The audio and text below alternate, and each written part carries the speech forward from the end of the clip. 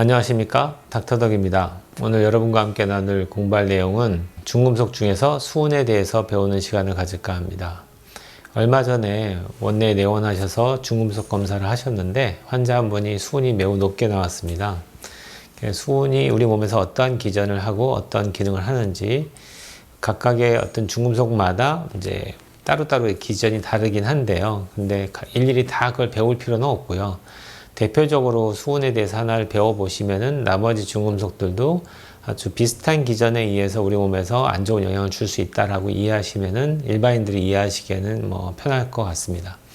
일단 수은이 크게 이제 세 가지 기전을 통해서 우리 몸에서 안 좋은 역할을 하게 되는데, 일단 옆에다가 제가 띄워 놓을게요. 그래서 같이 보시면서 자세하게 보고 싶으면 스톱 포즈를 누르신 다음에 그 내용을 한번 쭉 보시고 나서 그러고 나서 영상을 같이 보시면 좀 더 도움이 될 것 같습니다.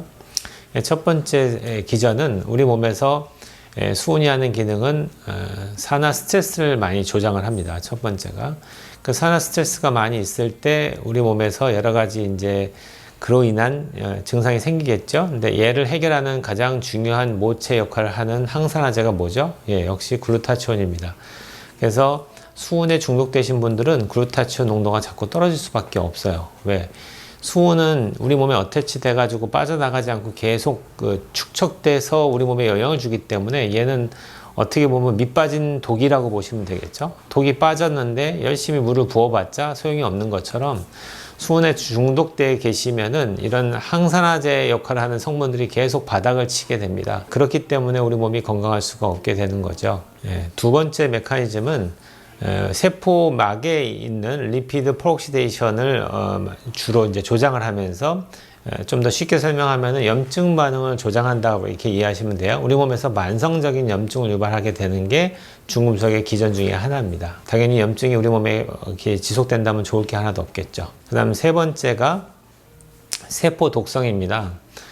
칼슘 채널에 대한 어떤 여러 가지 기전이 있는데 이런 것들 자세히는 모르셔도 일단 세포가 유지하기 위해서는 세포 밖과 안에 어느 정도의 어떤 차이를 잘 유지를 하고 있어야 돼요. 그 중에서 하나가 칼슘의 농도 차이인데요.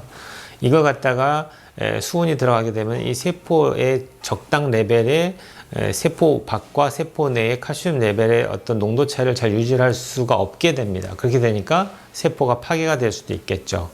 이게 세포막에도 일어나지만 미토콘드리아 막에서도 일어나게 됩니다. 그렇기 때문에 아무래도 세포에 독성이 생기게 되고요. 그로 인해서 좀 더 길게 지속되다 보면은 세포 안에 있는 성분 중에서 대표적인 게 핵이 있고 미토콘드리아가 있거든요. 미토콘드리아도 세포 내에 있습니다. 그럼 우리가 정상적으로 건강한 세포라고 하면은 세포 내에 있는 핵과 미토콘드리아는 세포막에 의해서 보호되고 있기 때문에 절대로 이거에 대한 자가 항체를 만들 수가 없습니다. 근데 이런 분들의 대표적인 자가면역 질환 환자들의 검사를 해보면은 ANA라고 해서 항핵 항체, 안티 뉴클레 안티바디하고 안티 마이크로조멀 안티바디 이렇게 해가지고 더 쉽게 설명하면은 세포 내에 있는 핵과 세포 내에 있는 미토콘드리아의 항체를 만들었다는 거예요. 혈액 검사를 하면은 있을 수가 없죠. 정상적인 내 세포인데 왜 그 세포 내에 있는 핵에 대해서 항체를 만듭니까? 그 결국에는 세포가 파괴가 됐다는 얘기예요. 세포가 제대로 자기 기능을 못하고 세포가 이렇게 분해되다 보니까 그 안에 있는 핵이 노출되거나 미토콘드리아가 노출되면은 거기에 대한 항체를 만드는 거죠. 왜? 평소 때는 없는 물질인데 우리 몸에서는 얘가 파괴되면서 이상하게 바깥으로 나오는 과정에서 이상한 게 이제 디텍션이 되니까 얘가 이상한 내가 평소 때 보지 못하는 거네 하면서 이제 핵에 대한 항체를 만들고 미토콘드리아에 대한 항체를 만드는 거죠. 이분도 혈액 검사를 해보니까 혈액 검사 상에서 안티뉴클레 안티바디하고 안티마이크로좀 안티바디가 양성이에요. 그 얘기는 자가 면역이 있다는 얘기죠.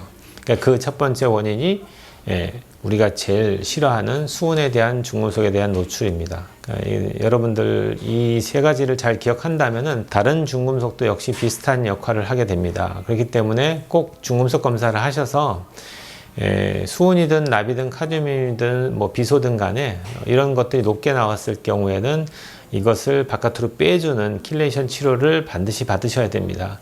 제가 예전에 영상에 중금속 세 가지 파트를 올려놓은 적이 있는데 따로 띄워놓을 테니까 그것도 같이 공부하시고 왜 우리 몸에서 수은을 빼줘야 되는지에 대해서 오늘 배우는 시간을 가졌습니다. 오늘 여기까지 공부하고요. 온 국민이 건강해지는 그날까지 닥터덕은 여러분과 함께합니다.